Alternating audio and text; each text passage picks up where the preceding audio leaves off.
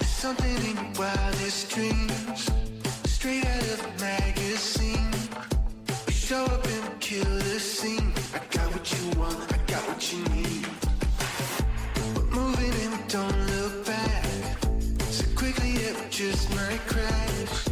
We kill it like a heart attack. We got what you want, we got what you need. Let's go. I'm talking out of control. We got the best show.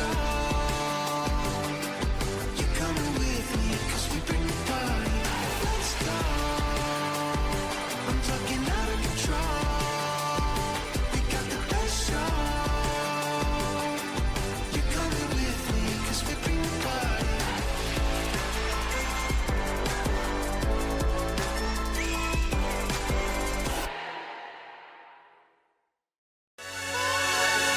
All right.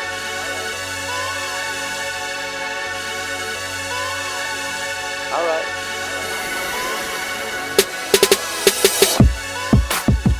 Welcome to the Backyard Brawl, your one-stop shop for everything related to Mac football.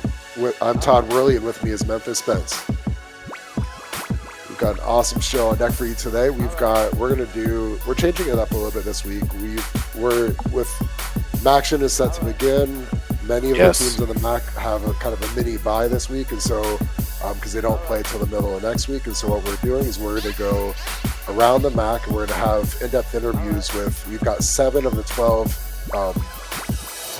MAC teams represented by their beat writer here today. So we're really excited to share all that information with you. First things first, though, we're going to go with this week's Backyard Brawler of the Week is going to go to Bowling Green cornerback Jordan Oladokin. Obviously, everyone knows the Falcons had a huge win at Toledo, not only for the conference championship race, but also just that I-75 rivalry. So then in the game, late in the first half, Toledo was driving with a chance to go back on top heading into the locker room. Instead, Jordan Oladokin had different plans. He had the 61-yard pick six to put BG up by 2 scores. And had another interception in the game as well. So the best players play the best in the biggest games, and that's exactly what he did against Toledo. Congratulations to Jordan. Big time, man. Big time. I'm glad to see that guy. I love to see defensive guys get the player of the week because, you know, I'm a defensive guy, and I love to see defensive guys get player of the week. That was huge. That was absolutely huge for them, and he earned it, man. Really earned it. Yes.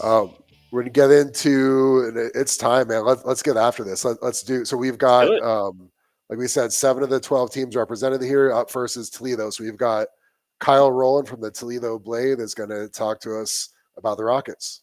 Yeah, let's start it off right with Kyle. Let's do it. Let's talk about the showdown at the Glass Bowl. Toledo lost a tough one to Bowling Green. What were some of your main takeaways coming out of that game? Number one, the pick six, obviously I thought was the biggest play of the game. I mean, it seemed like Toledo was driving to maybe take the lead. Instead, they throw a pick six and they go from down 1 score to 2 scores. They did respond with a field goal then right before halftime. But I don't know. Pick sixes, blocked punts are just so incredibly difficult to overcome in games. The win percentage for teams that get those plays is super high. I believe it's in the 90%. But I mean, turnovers, they had another interception, 8 turnovers in their 3 losses. I mean, that's the huge story, I would say. I mean, if Toledo protects the ball, they win. If they don't, they lose. So, I mean, going forward, if they can avoid that, I still think they can win out. Not an overly difficult schedule. I'd say Eastern Michigan's their toughest remaining game. If they win out, I mean, I kind of think it's 50-50 making the MAC championship game. Just the MAC's just complete chaos, I would say, so far. Western Michigan's undefeated, so they're sitting pretty, I would say. But other than that, I mean, who knows? Miami and BG each have 1 loss. But I still think Toledo's got a lot to play for. 9-3, 8-4, I think would be a pretty solid season, considering, entering the year. I mean, they lost 14 starters. They lost the entire offensive line. Quinion Mitchell, a first-round draft pick Penny Boone, DeQuan Finn. I mean, those are massive losses. I think all of us maybe fell victim to the excitement and the potential after the Mississippi State game. But in reality, I mean, I think 9-3 and 8-4 isn't bad when you consider everything they lost coming into the season.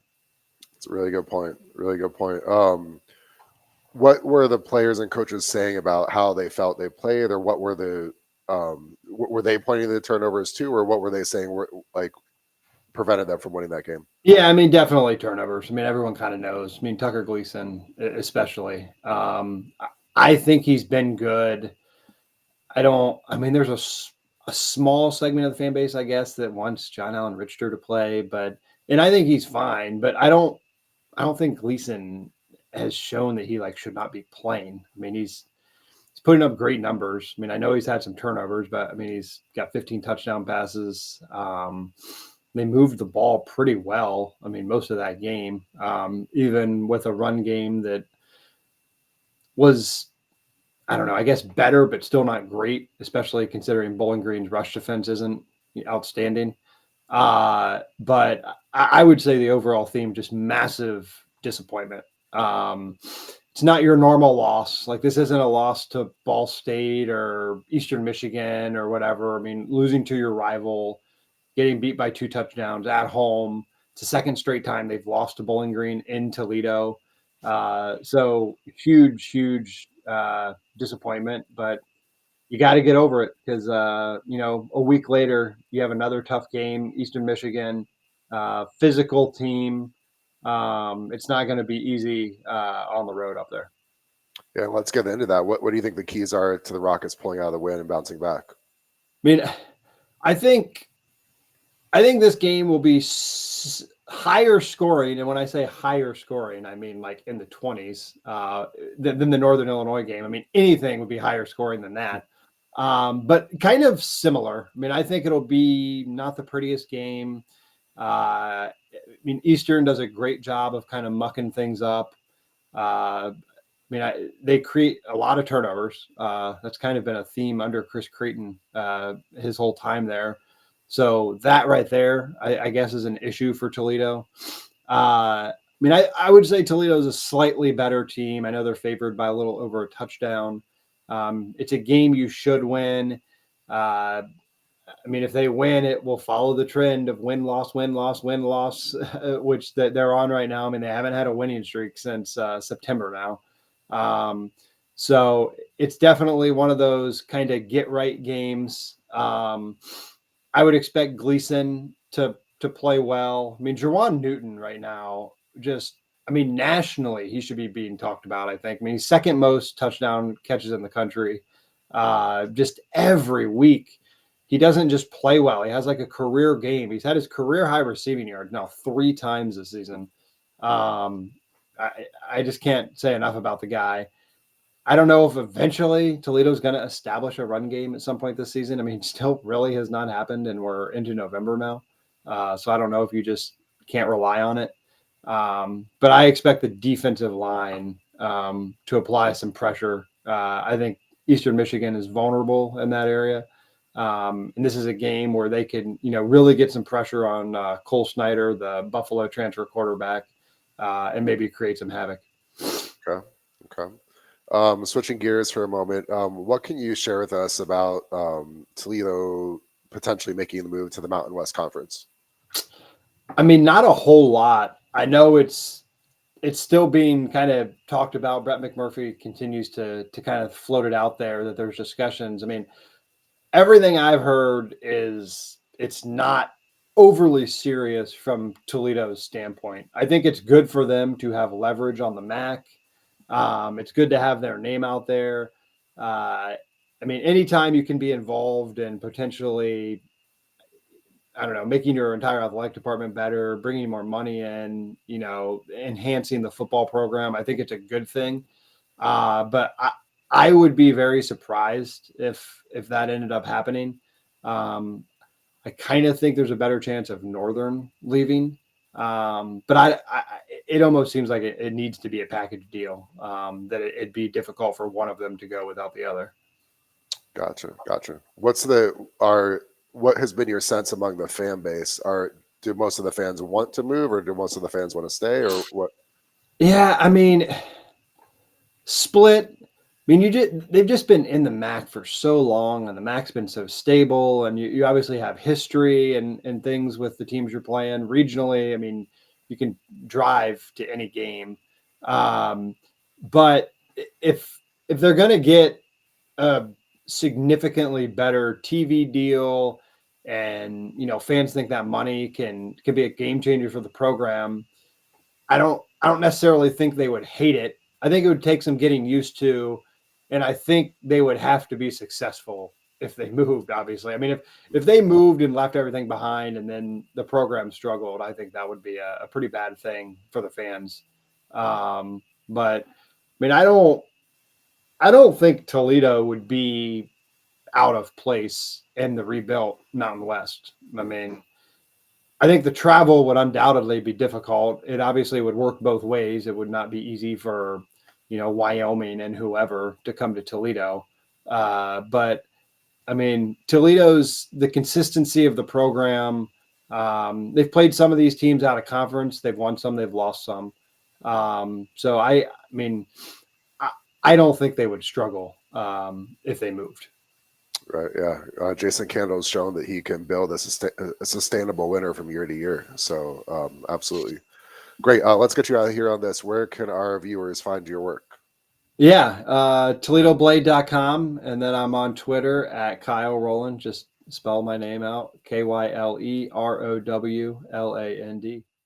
Great stuff from Great. It is fantastic. Yeah. Exactly. Great stuff from him as always. And I really do think Toledo's still in this race. If the Rockets win out, I think they're very much in the race to get to Detroit still. So it's going to be interesting to see how they can bounce back from the tough loss and if they can play well down the stretch. Mm-hmm. Up next, speaking of a team that's playing well right now, up next we've got Cade Hampton, who covers the Ball State football program for the Star Press. And Ball State has won 2 MAC games in a row, including a big win at home over NIU. So really big win for the Cardinals over NIU this week. And then before that, there was a narrow loss to Vandy and then the win against Kent State. So things have, Ball State's won 2 straight MAC games. Talk about the vibe within the program right now. Yeah, I mean, the vibe is it doesn't really seem like it has shifted very much from the start of the season. I think this team kind of knew they were right there. I mean, you look at their first couple of MAC games, they lost. It came down to the last couple of plays against both Central and Western Michigan. So I feel like this team kind of knew they were right there on the cusp of figuring some things out. And then these last 3 games, like you said, winning the last 2 MAC games and then the close one against Vanderbilt, I think that has done a lot for their confidence. And they just seem to kind of be putting some things together, and just they're continuing to attack everything the way that they've been all season. And a lot of things are just coming together for them now, and they're just really meshing, especially on the defensive side of the ball. Gotcha. I was just going to ask you that. Who are some of the key standouts right now on the offensive and defensive side of the ball for Ball State? Yeah, I mean, I would say on offense, it's tight end Tanner Koziol. He is the team's leading receiver. He's having a pretty historic season for the tight end position at Ball State. I think if he keeps his current pace, he might break most of the tight end receiving records at Ball State. And, if it wasn't for Harold Fannin balling out at Bowling Green this year, he would probably be the first team All-MAC tight end. But I know Fannin probably is the lock for that spot. But also on offense, Caden Samanza has really impressed me this year at quarterback. He's a young guy, redshirt freshman that they played for, I think, first 3 games or so last year, and then decided to redshirt him. And the offense has really taken a step forward from last year with him at the helm.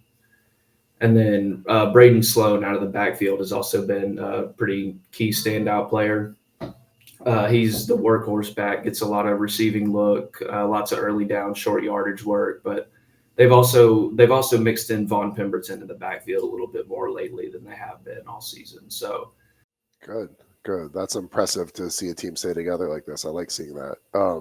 Big one. So obviously Tuesday night, November 5th, Miami comes to town. Miami is very much in contention for the MAC title. Ball State has another opportunity to take down a contender in the conference? And then what do you see as the keys to getting another big win at home?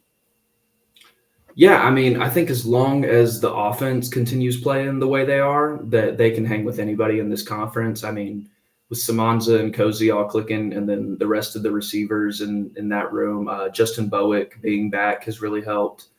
And then you also got Cam Pickett, Kean Magwood. As you know, as long as the offense, everybody's doing their job, they can hang around with anybody. And then for the defense, they just need to, continue to make those improvements that they've been making, continue to stop the run, which they've been doing very well lately. And then they also need to continue to force some turnovers. If they can force some turnovers and get some momentum on their side, that was another, big thing that the defense, I think, was missing early on. And then, this past game against NIU, I think it was technically a +4 turnover margin, but one of them was like a fumble recovery on NIU's like very last like lateral desperation type play. So, but still like three really crucial turnovers throughout that game that really just kept the momentum on their side. And I think that will be really important. But as long as the defense can, force some turnovers, big plays, and keep getting pressure on the quarterback, I think is also going to be a really important aspect. Yeah, absolutely. It should be a good game. I'm looking forward to it. Let's get you out of here on this. Where can our viewers find your work? Yeah, I am online at thestarpress.com, I believe is the website. And that's me. Sports section, pretty much everything you find in the Star Press sports section regarding Ball State and Muncie High School stuff is going to be from me. So that's where I'm at. Well, anything on social media? Oh, yeah. Social media, Twitter, or X, formerly known as Twitter, is Cade Hamp 10 with the number 10 as my so it's like Cade Hamp and then 10. So that's my handle there. And then same thing on Instagram as well. Awesome stuff from Cade there. Nice to see Ball State. There are a lot of early season struggles and then some close games. So some really tough losses. And then to get to bounce back and really get the ball rolling a little bit here late in the season, that's nice to see. Absolutely. And Cater always brings some good information too. I love to see like young journalists in here, just, really on top of their program. I love that. Young beat writers. Exactly. Me too. Yeah. Up next, we've got Eddie Carifio, who covers Northern Illinois for the Daily Chronicle, and NIU had a tough loss at Ball State. Might have eliminated the Huskies from MAC title contention, but make no mistake, this team is going to do their best to play a spoiler. The rest of the way, they still have games against Western Michigan and Miami of Ohio. So let's see what Eddie has to say. How are you, Eddie?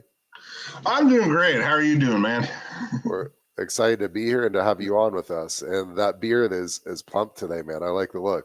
Yeah, no, it's having a day, I think. I don't know. For sure. Let's get to it. So NIU had a big win at Bowling Green. In the last 2 weeks, there have been close losses to Toledo, then Ball State. What happened in the Ball State game? Wish I could tell you, and I was there, and it was this NIU team has been impossible to figure out all year, and it's a game on paper that they should have won. They were 12-point favorites, and if you look at it, they probably should have been more, given Ball State's weaknesses and NIU's strengths. They were back mostly at full strength. Ontario Brown was available, and they can't move the ball. They don't stop the ball at the least opportune times. And, they celebrate like they're going to win this sucker with 17 seconds left. And then Ball State's like, hold my beer. And their freshman kicker makes a third field goal of 47 or more yards as time expires. So crazy game. The short answer is I have no flipping idea what happened. So that had to have been a gut punch loss in the sense that you're trying to. I know all these vets on this NIU roster, they see themselves as contenders for the MAC championship, and this was a game they had to get. What was the reaction among the players and Coach Hammock after the game? Yeah, well, saw themselves as MAC contenders because Hammock just flat out said, "Yeah, the MAC is gone now." So, and at 3 losses, he's right. I mean, you're not gonna in the old division format. Maybe you'd have a chance. of getting in if everyone beat each other up, but that's just I don't think going to happen in this new format. Even 2 losses was probably a little bit of a stretch, but yeah, no, they're the MAC's not happening at this point.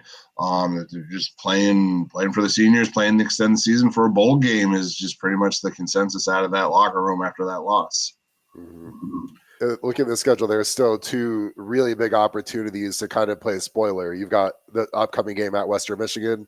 Then in 3 weeks, you've got traveling to Oxford to take on Miami. And both those teams are close to the top of this. Western Michigan leads the MAC, and Miami has 1 loss right behind them.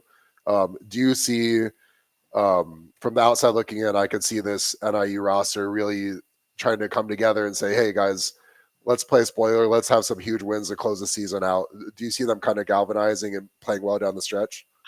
Yeah, absolutely. Because this team always does what you don't expect them to do. So now everyone's counted them out. Everyone, I assume there's rumors. Oh, Notre Dame was a fluke, even though that is the NIU game. Just the kicker missed the kick as opposed to the Ball State freshman making the kick. I mean, that's how NIU plays games. They play 1-score games, whether you're a team that's going to make the playoffs or a Ball State team that's going to win 4 games. They play to a 1-score game and hope for the best at the end, and that works in their favor usually. So I think you'll see them, like you said, galvanized behind playing spoiler. I think they have. I think they get the Western game. I think they got a good chance against Miami. I don't think anyone would be shocked to see NIU go on the road to Kalamazoo and get the W there. I think I could absolutely see them playing their best game of the year in that game. Wouldn't be surprised at all. So with so many, spinning ahead a bit to the offseason, I'm just curious, with so many seniors on the roster, what sense have you gotten in terms of how NIU feels the recruiting efforts are going for next year's roster? I don't know what coach isn't going to say it, but Hammock absolutely loves the depth that they have. You started seeing some players get some playing time. Lord, I should have written his name down. There's a running back who got his first carries against Ball State, kind of backing up. No, but he got like 2 or 3 carries kind of behind Williams in that kind of Jalen Poe row since Poe's been hurt. He got the couple behind Williams and Brown. Hammock goes on and on about the depth in the running back room, even though we don't usually see it. This was the first, glimpse we saw past those top 3 guys. So that's there. And he loves the depth on this team. And so like you said, there's a lot of seniors. When you have the most seniors in an experienced team, that means there's going to be some losses coming. But, Hammock views this as a developmental program. He doesn't view the portal as their number one source of bringing in players. Number one source of how they lose players, just like anybody else. But, I think we've talked about this, that they mitigate that fairly well. And, hopefully for them, that trend continues. Obviously, a bowl game will be very helpful toward that end. Obviously, getting some wins and causing some havoc against Western Michigan and Miami, closing out 4-0, 3-1 would help retain the players they have, keep them from getting into that portal, especially the key ones you feel that are the future of the team. So that's probably the biggest thing this team's playing for right now is to prove that this team has talent and can be competitive next year. Of course. Switching gears, what can you share with us about the potential of NIU moving to the Mountain West Conference in the future? It seems like something like that would have happened. I'm surprised the movement kind of stalled out on that, especially after the Mountain West got up to 8 teams. It kind of seemed that was going to be the piece of the puzzle that would bring in whatever their next move was for some football-only teams to pad things out. Obviously, it's radio silence. It's funny because they just had their winter sports media day. And I know at a lot of their media days, their athletic director, Sean Frazier, speaks, and he was unavailable on at the media day. So they are obviously it's radio silence from the school.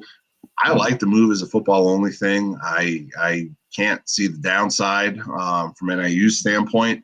I know travel is one of the big things that gets brought up, but you're talking 4 games, and then you just play closer to home for your non-conference games, and with the money increase, you don't necessarily need to go chasing a big paycheck in North Carolina or whatever. You can try to chase the big paycheck, from Wisconsin or something. So I think it's a great move. I think it also opens up the other sports to maybe look at a different conference there, something where they could be a little more competitive, something like, one of the valleys or, something like that. I think it's a good move, but I'm sure the chances of it happening are somewhere between none and none. So you don't think it's actually going to happen? I get the feeling it's just a lot of talk and nothing ends up coming from it. I mean, I'm famously wrong on a lot of this stuff, so we'll see. But my sense is as fun as it is to talk about and game out scenarios, I don't think it happens. I think that they stay in the MAC. I got you.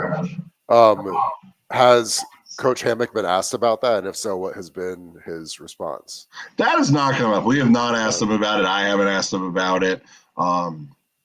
It's one of those things as a beat writer where you kind of know the answer that you're going to get. You still kind of usually ask those questions. But honestly, I burn that capital on injuries and stuff. So I don't want to, double burn stuff on, on that as well.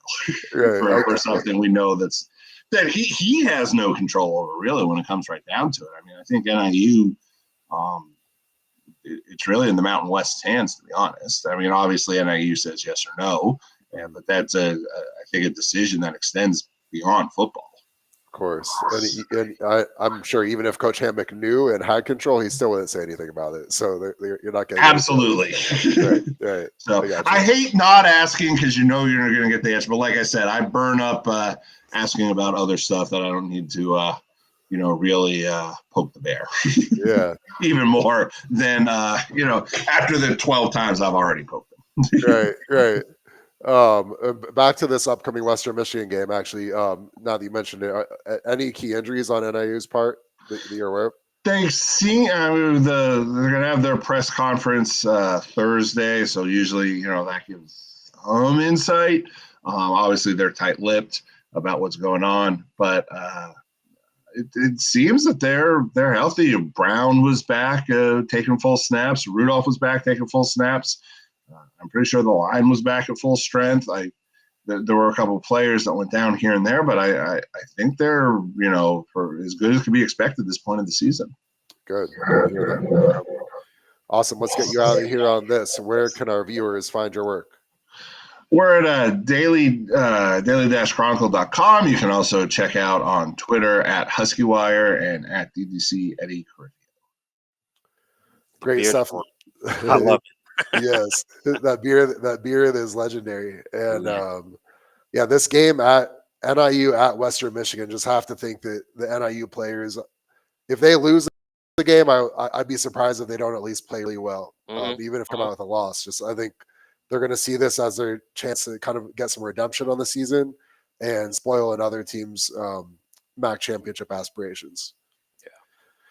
Up next, we've got Rachel Lindsay from the Buffalo News. The Bulls had a unexpectedly lopsided loss at Ohio University, and then but looking to bounce back this week against Akron. It's been an interesting last 3 weeks for the Buffalo program. The big win against Toledo, then the narrow loss against Western Michigan, and then what happened in Athens last week? Athens, UB is just jinxed in Athens. They have won one game there since 1997. There was the year 2008 was their last win.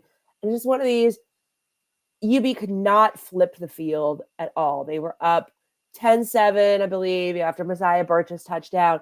And then Parker Navarro, Ohio's quarterback, just found his touch. Ohio was able to produce, big gain, explosive plays. They were able to open the field up as well. And they really took advantage of UB's past defense, which has kind of been a question mark, over the last few games as well, too. And when UB got the ball, it was the complete opposite. They just went backwards. They couldn't produce because the running game, even though it was productive, it was not lengthy productive. One thing I was looking at the statistics, they had a lot of negative plays on defense, on offense, especially in the run game, which forced him to put more pressure on CJ Agbana to throw the ball. And he had a very good production. But right now, UB is looking for more balance in its offense as well. And you just can't blame the surroundings at Peden Stadium. I mean, Ohio, they are one of the traditionally strong programs in the MAC. After the game, I thought I would not be surprised to see them in Western Michigan up in Detroit at the end of the year. They look good. Good. Okay. Mhm. What was the reaction among the coaches and players after the game for Buffalo? Shell shocked. I think shell shocked is the right word to say because, they were expecting after, for lack of a better term, after being jobbed out of that fourth down call at the end of the Western Michigan game, which there's still going to be questions. I watched that happen 2 weeks ago, and I said, God, I covered JT was short when Ohio State, beat Michigan in 2016. I just had flashbacks of this again. They were ready to go. They were ready to come in. They were ready to really take control and, even and build off the momentum against Western Michigan, where it was a MACtion game on a Saturday, one of those high-scoring shootout affairs. They're ready to carry that momentum in, and Ohio again just shut them down. So a little shell shock, but at the same time now they're like, all right, we have to regroup. I mean, they had 2 opportunities to win a game, get closer to bowl eligibility, and to kind of carve their own spot in the MAC standings. I mean, it's kind of chaotic in the MAC right now if you look at it. Western Michigan's first. There are 3 or 4 teams at 3-1, 3 and 4 teams at 2-2. Never mind who's going to get one of those top 2 spots in the standings, but who's going to be bowl eligible? Are there going to be too many bowl eligible teams as well? Everybody's kind of got their fate. Every win's going to matter. I hate the cliche, but UB is now like, we've got 4 wins. I mean, I was looking up a statistic yesterday. UB is 0-9 in the last 3 Novembers, and you got to win games in November. So that's the thing. And even this weekend against Akron, that's going to be a test. Did anybody see Akron beating Eastern Michigan this weekend? I was surprised when I saw that. I mean, good for Joe Moorhead, good for the Zips, but that just really speaks to the parity, parity, of this league right now. Great, so many great points here. So, looking back earlier in the season, Buffalo had got blown out by UConn, but then bounced back, and love the way they bounced back. And so now you mentioned Akron, like this is probably the worst time to catch Akron. Like they finally broke through with a conference win, and you have to think they're going to be sky high and really confident. And so, how do you see Buffalo bouncing back this week after what happened in Athens? I think what they have to do is really set the tone in that they've got to come out, whatever whoever wins the toss, they've got to come out first, set their tone, whether it's defensively or offensively. Again, string together plays. Third down has been an issue in the early part of the season. They have these third long plays. They have to manage first and second to get to those short thirds. Their third down conversions have gone up as well too. They can't be scared. They can't overlook Akron as well. They have to look for offensive balance, like I said before. Take out those negative plays. CJ Agbana was sacked 4 times in Ohio as well, which didn't help the offense's cause. So it's really about getting that fast start, not overlooking Akron, and again, not looking at the next 4 games and saying we have to get things done on Saturday before we can move any further. Of course. And then because we can, just looking ahead on paper here. Yes. So with 2 losses, yes, there's a logjam. Obviously, Western Michigan's on the top, undefeated, and then there are 3 1-loss teams, and then some 2-loss teams also. And like to me, I think 6-2, you've got a fighting chance to get to Detroit. I still think there's a lot of carnage to be had. And looking at Buffalo's schedule on paper, it's relatively favorable. You've got Akron, Ball State, Eastern Michigan, and Kent State, all 4 definitely winnable games.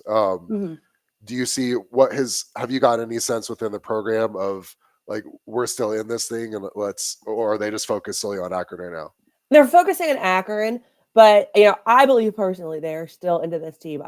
I've covered this program for this is my 7th year covering the program.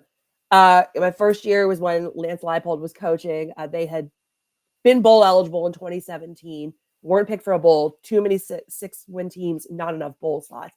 Second year, they were just very, very determined, very resourceful, very much like we set out this mission. We're going to do this. They went to Detroit. They went to the Dollar General Bowl in Mobile. And that carried 2019. they faced a similar situation. They had quarterback Matt Myers was injured. Kyle Van Treese, who lost the starting job, came in, led them to a bowl bid, led them to a win at the Bahamas Bowl. 2020, they ran the table in the MAC. Then Lance left to go to Kansas. And I'm getting no points, so bear with me. One of the things I've seen over the last 3 seasons under Maurice Linguist, and this is no disrespect to Maurice at all, but just it was a different attitude in this team. There were times I'd watch the team the last couple of years, and they'd be down, double digits at halftime, and they'd cash it in. I don't see that out of this year's team. I think the Western Michigan and Toledo games are the best example of that.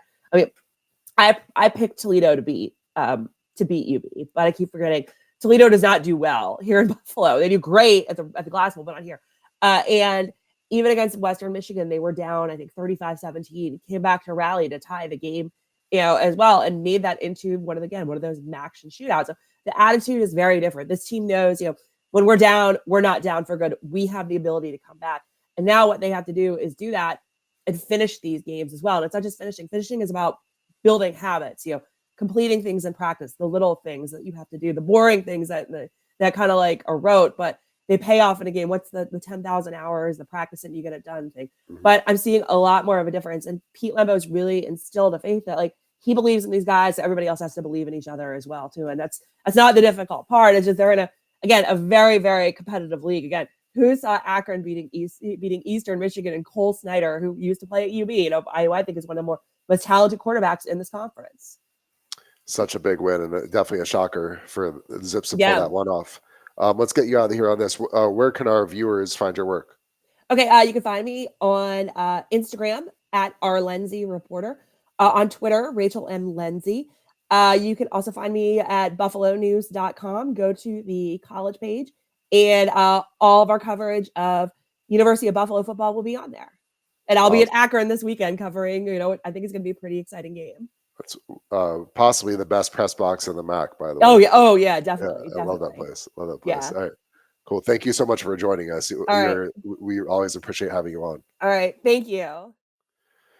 Yeah, she's the queen. She's the queen of Buffalo. she's really good. She's really good. And you look back early in the season, Buffalo had a head scratcher when they got blown out by UConn, but then they bounced back and played really well the next week. And so it's going to be interesting to see how the Bulls bounce back after that tough loss at Ohio.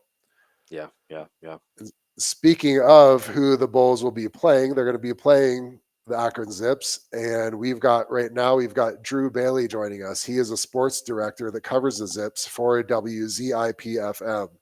And awesome to see Akron get off the schneid and get a conference win. Finally, let's do it.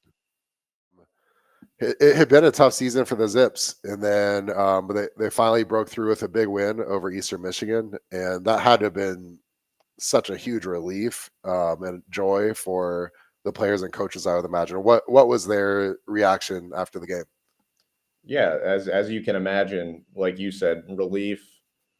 We knew we had a bye week prior to this Eastern Michigan game, and I think the mentality was like now is the time to get a win, to improve, to make progress. If we're going to do anything good with this season or see strides in this program, now's the time to do it. So I think it was a big relief to see that we finally won one of these close games. We've been in a lot of one-score games, haven't been able to get it done a lot. So I think relief and just a confidence boost knowing that we can win one of these close battles in the MAC. Mm-hmm. Whether it's Joe Moorhead or the players, what have they said about the way they've stuck together? Because it's been a tough season. And then you mentioned that the close losses to Western Michigan and to Bowling Green. And teams can get down on themselves and lack confidence and sometimes splinter out from the inside. What was the key to them staying together and putting a good product on the field and getting this win? Yeah, I think it's the key to staying together is just staying together, I guess, and not letting yourself get down. I think we've had a lot of games where our offense plays well or our defense plays well, but we've struggled to put together a complete game. So I think the message has been just building each other up and playing complementary football. And I think we were finally able to do that to the highest level we've seen this season, which got us the win one. Okay, so Drew, talk to us about who are some of the key standouts on both sides of the ball in Akron's win over Eastern Michigan. Yeah, on the offensive end, I think you got to start with Jordan Simmons. I think he had 105 rushing yards, and the rushing attack, the running game is something that's struggled for most of the season, struggled against Ohio to open MAC play, but that's something that's improved over the last few weeks. Again, Jordan Simmons had over 100 yards. Charles Kellum is kind of the second back. I think he had 55, 56 yards.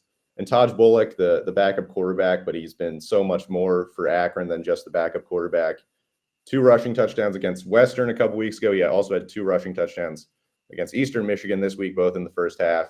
He's kind of become the Swiss Army knife, comes in third downs, goal line situations. You don't know if he's going to throw it, but yeah, Taj has been huge for us. And then on the defense, I think CJ Nunnally is probably the guy you have to look to. He had 11 tackles, I think, in that one. Bruno Dahl's another guy, defensive lineman, has been active and has been improving throughout the season. I think he had a sack in this one. Thought our defensive front played really well in this one for the most part. Good. So the Zips Buffalo comes to town this week, and moving forward, I would imagine this had to have been a huge boost of confidence to get the win over Eastern Michigan. How do you see this team playing the rest of the season down the stretch? I think this win against Eastern Michigan, understandably so, is just a big jolt of energy now that we're into action. I think we just needed this to kind of reassure ourselves that we can compete in these close MAC games and we can compete against these other schools in the conference. I think Eastern was 5-2 coming into the game, and we got the win. But yeah, we're home again against Buffalo. And I mean, technically, we're still bowl eligible. I don't know. We're obviously trying to take it week by week, but I'm sure that's something that's on the team's mind. So I think we're confident right now, especially coming off that win against Eastern. Buffalo just lost to Ohio, so I think we're looking to be back in front of our home fans and get another win MAC play. Yeah, this is the worst time to catch the Zips right now, coming off a big win, and they've got to be super confident and with things clicking. That's awesome. Okay. How is Akron on both sides of the ball injury wise? I think defense is pretty good. I think Lama Lavea is questionable. I'm not sure what his injury is on the defensive line, but I think he's good to play. The big story on offense the whole year has still been Alex Adams, who was our leading receiver a couple years ago. He hasn't played the entire year. It sounds like, from what I understand, it was a leg injury where he was supposed to come back against Colgate earlier in the season, had a setback. And every week he's questionable is the answer that we get, and it just seems like I don't know what the deal is, but he's not coming back. Ben Finley, I don't know what his injury was, but he kind of I don't know if he got the wind knocked out of him or he was just beat up at the end of that Eastern Michigan game. He came out, talked to Coach Moorhead about that, said Ben met with the trainers and he'll be good to go for Saturday. Okay, I remember the Ohio State game. That kid's he's a tough kid, man. He's been beat up on a few occasions this year for sure, but yeah, no, he's tough and wants to be out there, and yeah, for sure he'll be out there Saturday. So good to hear that. Okay. The rest of the team sees that kid, they can gravitate towards a QB that they know he's going to give everything he's got, and so they need to do the same thing. I like that.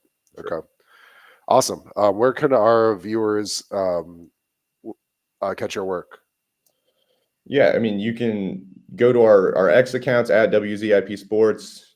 You can follow me at brew_daily. If you flip the letters in my name, look up WZIP FM 88.1. We have an app. If you can listen to us there, you can listen on our website and check us out there. And that's Drew's so dialed in there, and it's so impressive it's always so impressive to me when a team just has struggle after struggle after struggle after heartbreak after heartbreak. And then sometimes that can really spiral out of control for the whole season. But then to see them kind of take a stand and get that big win at home, really excited to see how the Zips can play down the stretch here and see if they can put some more wins on the board.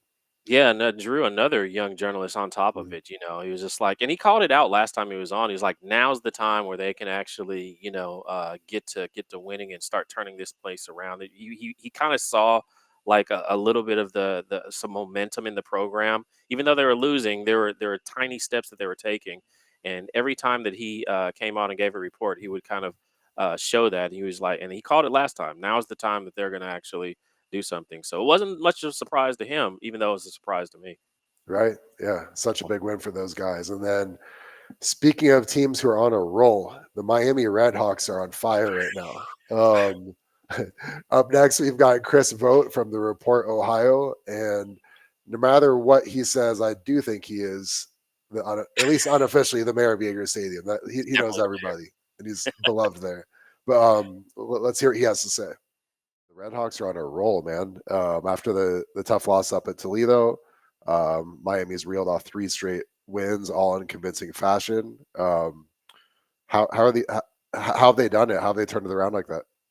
Gosh, I'm telling you what, I saw this coming from the Red Hawks just because, you have those first 3 games of the season against, Power 4 programs that sort of get you mentally ready and prepared for MAC play. And they're just getting better. I think they're understanding who they are as a team right now. You got to adjust to personnel leaving and, new guys hitting the field. But gosh, they're starting to click on all cylinders. And I think you had mentioned it prior that after that Toledo loss, it just, I don't know if it kind of woke them up to say, hey, well, if we want to compete for a MAC title, we're going to have to change some things up. And offensively, they're just looking so much better. Defensively, they've been, stellar. Nothing needs to change there.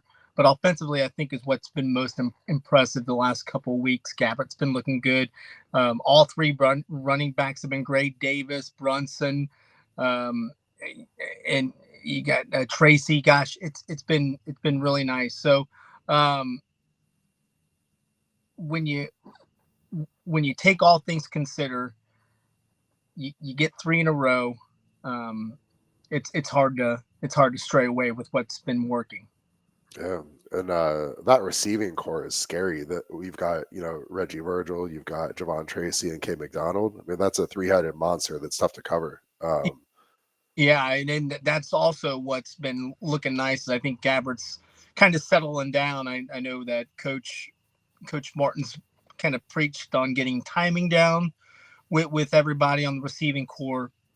And when you get an opportunity to make 1, 2, 3 checks down the field for your receivers, that's a nice thing for Gabbert to have. But gosh, that Javon Tracy had a fantastic one-handed catch this past week against Central Michigan, and just things like that have been going Miami's way. And gosh, it's impressive at this moment. Of course. What have the players been saying has been the key to this turnaround in the recent win streak? I think just getting wins under their belt has been wonderful. The morale, post-game interviews with players has been fantastic, as they should be. I wouldn't be happy with losses. But I got to mention this, is that when we're watching Chuck Martin win his 60th game at Miami, you could just see the players were just invested, and they were tuned in, and they you could see the support from the players, and I think that makes a big deal. And I can't say that these wins right now are timely, but the win for Coach Martin is a big deal right now, and it couldn't have come at a better time. The 60th win this past weekend against Central Michigan. Everybody is just raring to go, and I only think that this momentum and Coach's 60th win as a Redhawks football coach the last 11 years, it's not going to be good for programs going up against Miami from here on out. Mm-hmm. What's the mindset now? So 4 games left in the season. The Redhawks control their own destiny to make it to Detroit because they hold the tiebreaker over OU. They play BG. So if Miami wins out, they're going to make it to Detroit. What's the mindset within the program right now as we head down the stretch here? Just continue to get better. I know that's cliche-ish, but everybody wants to get better. Keep doing what you're doing. Understand that what works is working for a reason. Don't change things up. You can kind of and kind of play to yourself. Don't play to your opponents. Play to what you can do, and I think Miami's doing a wonderful job of that. I mean, they had the best offensive performance this past weekend against Central Michigan. So I think they're going to analyze what they did against Central Michigan and then kind of work off that and continue to keep it rolling. But that's kind of been key right now for them to kind of focus on the task at hand here in the future. Maction's coming up too, so it's going to change the scheme, the schedule. I know it's fun to have some games on prime time and on ESPN, but this is tough for programs to kind of adjust to once you've been used to playing on Saturdays. Of course. And actually, one more bonus question. Is it official or unofficial that you are the mayor of Yager Stadium? Has that been, was there an election, or where do we stand with that? I tell you what, I do watch a lot of the game, but a lot of the game I am talking too. But I don't think I'm the mayor.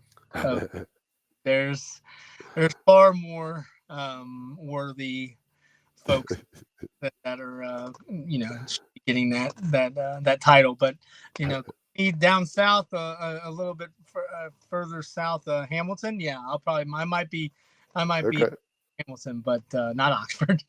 Okay. You're a little too modest, but we'll let that slide for now, though. Awesome. Cool. Thanks for joining us, man. You bet. I appreciate you, Todd. Thanks for always having me on.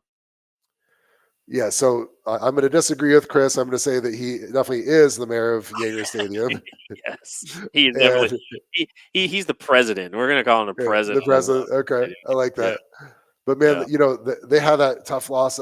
They had the non-conference games where they lost 3 games to P4 schools, and then barely beat UMass, and then lost at Toledo, and then ever since then they've been on absolute fire with not only 3 straight conference wins, but all lopsided fashion. And the Red Hawks control their own destiny. If they win out, they're going to be in Detroit. Awesome season so far. Yeah. And speaking of teams that control their own destiny, now we've got Pat Eakin, who covers Bowling Green for the Sentinel Tribune. How are you today, Pat? Good, Todd. How you doing? Good. We're thrilled that you're here to join us, and such a big win for the Falcons up at the Glass Bowl. Talk to us about it. Oh, my gosh. Yes, 30,000 people there. Just a wild environment. Bowling Green played well. They played very well. Terrion Stewart, Connor Bazelak, of course, Harold Fanning, like we talked about, Jordan Oladokin, 2 interceptions, pick 6, 61 yards. Read that perfectly, jumped it. He recognized the play. Everything just about went right for the Falcons. That's and awesome. What's sad, Todd? I'm a Toledo grad, so that makes it makes a little bit it makes a little bit here or there for me. So, but either way, I'm glad for BGSU.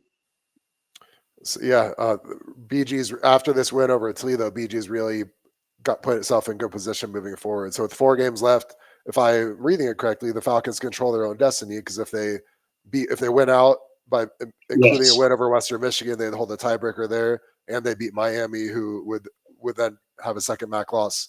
So what's the mindset of the program right now, heading into those last 4-game stretch? Well, it's like last year. The team got better as the season went on, and I think that's what you want to see this year. Last year they were down a little bit early, and they had a strong finish, especially during the action weeks. Just cleaned up. And I think the mindset, of course, is strong. You've got a lot of veteran players on this team. And, they were without one of their linemen. They've had a couple players leave the roster. And, Scott Leffler has alluded to some issues in the locker room, possibly with, who knows what. But he hasn't said exactly. He said he'll talk about the end of the year. You and I have kind of texted about it. But the players, he says, are buying in. And they've got the guys they want playing, and Harold Fanning, you got some NFL prospects here. Harold Fanning is definitely an NFL player. Terrion Stewart, possibly. Connor Bazelak, even. I wouldn't throw so far out there. Jordan Oladokin. And you've got a veteran team that's played a lot of football. And Connor Bazelak, went over 11,000 yards for his career. Terrion Stewart, over 2,000 yards rushing for his career, puts him 13th on the all-time list at BGSU. So you've got a lot of veteran players who know what they're doing. And I feel like they had a little bit of letdown. I don't know if something, if there was some noise that kind of, when you're talking to NFL players, you've got a lot of noise around the locker room. But I'll tell you what, these guys, the guys that are playing now, are just veterans, and they know what they're doing. And I think they just stay on cue, and I think they can beat anybody in the MAC on a good day. Awesome. Let's get you out of here on this. Where can our viewers find your work? It's www.centrib.com, and you can also go to Central Tribune on Twitter and Facebook. We're a daily print newspaper. We're down to twice a week, but we're posting daily. Right now I'm very busy. I got an unbelievable amount of teams running regional tournaments in soccer and volleyball and football playoffs. And then Bowling Green, fortunately, we get a week off, so I can concentrate on that high school stuff a little bit. But we'll be back at it with BGSU football here on Tuesday up at Mount Pleasant. You've got a conference championship race to cover, don't you? Well, I think so, and it hadn't happened in Bowling Green in a long time. You're right. Yeah, this is fun, man. This is fun. Yeah, it is. Awesome. It is. Thank you so much for your time and for joining us. We always love having you on. Thanks, Todd. Thanks for having me, Todd. And he's such a wealth of information. Got more gray than me, man. That's he has a lot more wisdom than I do. So he's a fantastic. I just like to sit down with guys like that and just kind of pick their brain. What have you seen over this program over the years? Because he just has his ability to compare program after program after program, and all that he's done there. I mean, is priceless, honestly. It is, and then how interesting that must have been for him as a Toledo alum who covers Bowling Green, and then he's been through on the media side. He's been through so many lean years for BG, and then it's got to be refreshing to see them very much in contention for the MAC title this year. Yeah. I mean, they're tied in the standings with Miami, Ohio, and Ohio also. So they're right in the thick of things. Yeah, they went out, they're in it. So this is gonna be a fun 4-game stretch all across the league, and then even the teams who are out of MAC title contention, or at least appear to be on the outside looking in, are still in contention to a lot of them are still in contention to qualify for bowl games. So that's another lucrative pursuit as well. So we're going to see who can put it together down the stretch here, and we're having fun. This is the best time of the year. Oh yeah. I mean, Western Michigan. If you would ask me at the beginning of the year who's going to be leading this conference, kind of mid to late, October, I wouldn't have chosen Western Michigan, but here we are. The MAC continues to be one of the most unpredictable conferences year in and year out. And in my 15 years of national sports journalism, I can't call. It's so hard to call the MAC and figure out who's going to win in the MAC week after week. That's why I think what you do is impressive in going 11-2, back-to-back weeks. That's ridiculous. As a matter of fact, if you all if you want to go to 11-2, you all need to get into this Backyard Brawl Club. This club, you'll get the information that he goes over week in and week out. You're not going to get it this week. We're not going to have it this week, but we will have it in as Maction picks up. He'll have more Maction picks and whatnot in the foregoing, and you'll see exactly the picks from the former games or whatnot. Get in, ask them questions before the game, and make yourself a Backyard Brawler. Yeah, and if you're a big MAC fan, we have access to so many of the beat writers across the league. If you've got a pressing question you want us to ask, tell us. We'll ask the question, and we'll get an answer for you as quickly as possible, and we'll include it on our show. Maybe give you a shout out as well. Exactly. There's nothing wrong with you asking us a question. If you're part of the club, asking us a question, and then Todd or I will just ask the journalist right out. The journalist may ask the player or the coach. That's kind of how it goes. We're here to make sure that your voice is heard when it comes to Maction. Guys, we had a fantastic show. It's always a pleasure coming on this show with you guys. For Kyle Rowling, Kate Hampton, Eddie Carifalo, the Queen, Rachel Lindsay, Drew Bailey, Chris Vogt, and J. Patrick Eakin. For myself, Todd Worley. Guys, we will see you next week. Thanks for joining us.